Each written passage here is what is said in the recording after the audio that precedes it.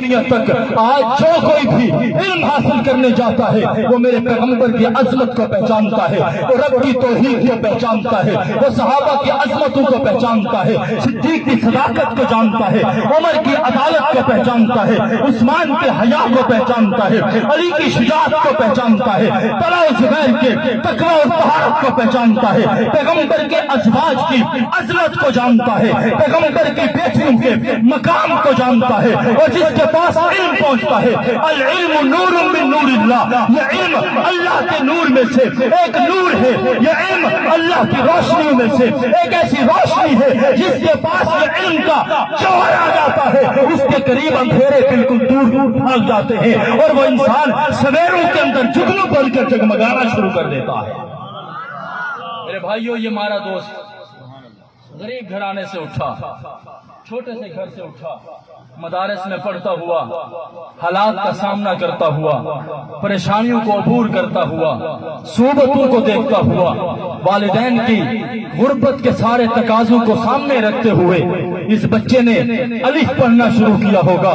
با پڑھنا شروع کیا ہوگا، اور الف سے لے کر اس بچے نے قرآن مجید کو حفظ کیا ہوگا۔ قرآن مجید کے بعد اس بچے نے فقہ کو پڑھا، حدیث کو پڑھا، علم بلاغت کو پڑھا، اور تمام اصولوں کو پڑھتے ہوئے، سیاہ فقہ کو پڑھتے ہوئے آج جب یہ بچہ واپس آیا ہوگا، خدا کی قسم اپنے دل پہ ہاتھ رکھیے، اس والد کے دل کے خون کے، اس والد کے آنکھوں میں کتنی چمک ہوگی، اس والد کے چہرے کے اوپر کیا روشنی ہوگی کہ چھوٹا بچہ اس نے مدرسے میں روانہ کیا تھا، آج جب وہ بچہ واپس آیا ہے تو اس کا سینہ علوم نبوت کا گھر بن چکا ہے۔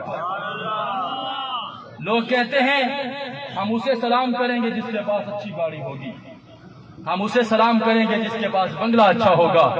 ہم اسے سلام کریں گے جس کے پاس زمین ہوگی، جس کے پاس جائیداد ہوگی۔ اور لوگوں،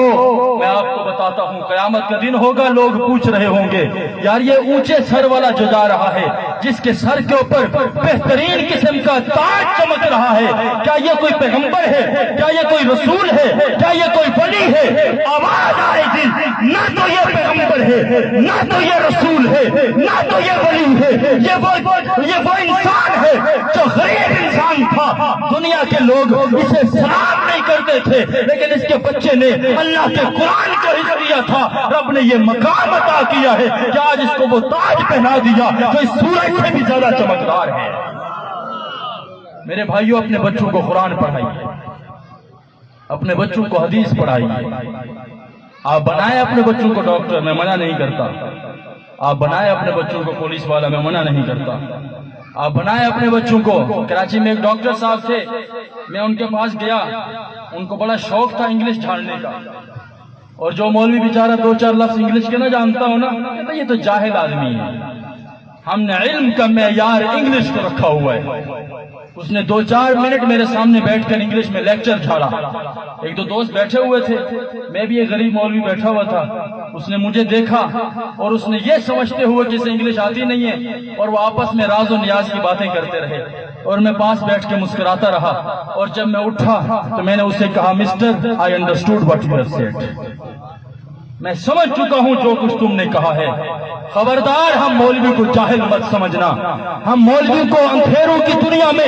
بھٹکنے والے لوگ مت سمجھنا۔ ہمارے پاس وہ علم ہے، ہمارے پاس وہ روشنی ہے، ہمارے پاس وہ نور ہے، جس نور کو حاصل کرنے کے بعد رب کا انعام بھی ہے، امت کا سلام بھی ہے۔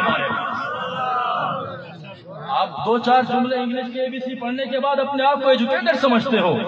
اور ہم الف بے پڑھنے والوں کو سمجھتے ہو کہ یہ جاہل ہے۔ الحمدللہ ہمارے پاس قرآن کا نور ہے، ہمارے پاس قرآن کی روشنی ہے، اور جس کے پاس یہ قرآن کا نور ہے، خدا کی قسم اس کو پتا ہے میری ماں کا احترام کیا ہے، اس کو پتا ہے میرے باپ کی عزت کیا ہے،